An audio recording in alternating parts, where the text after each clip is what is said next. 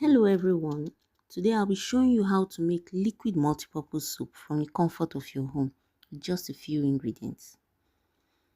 For this batch, I'll be needing this bowl for the main mixing, then exactly 5 liters of water already measured into this black bowl, which I'll be adding in batches. Now, here are the ingredients I'll be using for this soup. First, we have texapon, then the color, fragrance, SLS, and finally salt. The first thing I'm going to do is dissolve the SLS in water. Now I'm going to pour the SLS into this white bowl. It has already been pre-measured, so I'm actually adding the entire pack, which is 250 grams, into the bowl. Pour it in gently, and the next thing I'll do is to add some water from the 5 liters that was set aside. After adding the water, I'll mix it for a few seconds.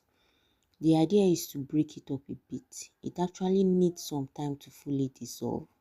So I'll have to set this aside for about 25 to 30 minutes to dissolve completely before I go ahead to make use of it. So while the SLS is dissolving in water, I'll proceed to the next step. I'm taking my main bowl into which I will add the texapon. The texapon is this jelly-like translucent ingredient. Now you need to ensure that you get the entire content out of the bag into the bowl, so there is absolutely no wastage of the ingredient. So you keep squeezing and pulling it out till you get the entire thing out. Once this is done, the next ingredient that will go in is the salt. The pack of salt is already 500 grams and it's the exact quantity I need. So I'm adding the entire pack into the bowl of texapon and I'll mix thoroughly. This is a bit of arm work, but it's totally worth it. And this step is very important because mixing the texapon with salt first helps to create a smoother blend before any other ingredient goes in.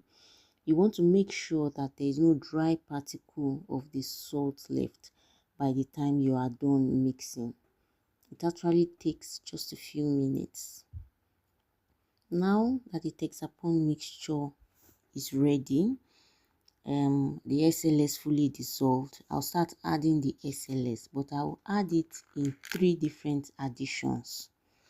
The reason why you need to add in batches is to ensure that every ingredient is combined properly without forming lumps. If you add the entire SLS mixture at once, the chances of lump formation that will be difficult to get rid of is very high. So we are doing this in 3 additions and you will mix thoroughly after each addition. Remember to scrape down the sides of the bowl as you go. That way you are ensuring that all the ingredients get mixed properly.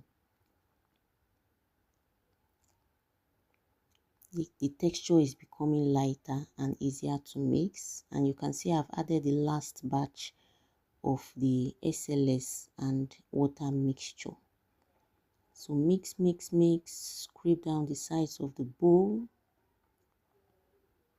It's really lighter now and easier to mix, though it's still a bit thick. Now we need to start adding our water in stages 2. That's the next thing we are adding. So this addition of water in stages helps to maintain the right consistency, and it also prevents the mixture from getting watery too quickly, which is what will happen if you add all of the water at once.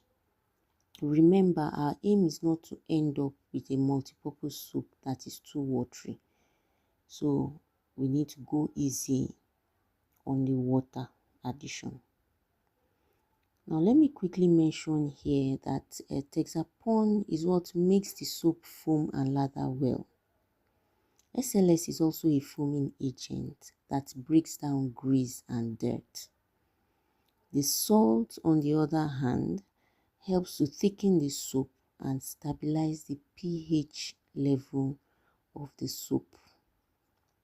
Now the water I have left is the final batch that I intend to add. But before I add it, I'll go ahead to scoop just a little out of the remaining water, which I'll be using to dissolve my last two ingredients.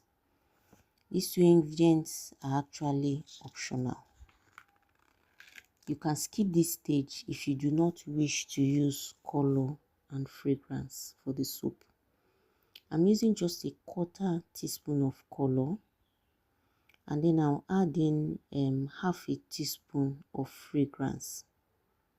Now with these two ingredients, a little goes a long way, so you actually don't need very much of them. After adding to the water, I'm mixing this with a spoon. Just mix until the color has dissolved. And once the color has dissolved, I'll set it aside. Then I'll go in with the last part of the water. As I'm pouring the water in, I'm mixing the soap to ensure that everything blends well and that the soup reaches the right consistency. Mix, mix, mix. Now, if you don't want to use color and fragrance, you have actually reached your final bus stop here. Your soap is ready to be packaged for use. But I'm using both, so I'll pour that gently into the soap while stirring.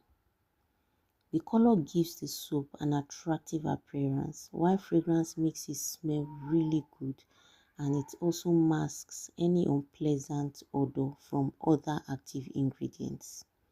Here I used blue color and lavender fragrance. Now that I'm done, the soap is ready to be packaged and used. At this stage, you can also test the consistency. Liquid soap should have a balanced texture, not too thick and not too runny. If you prefer your soap more watery, feel free to add a bit more water, but this batch is perfect for me as it is. So I'll just fill up my bottles.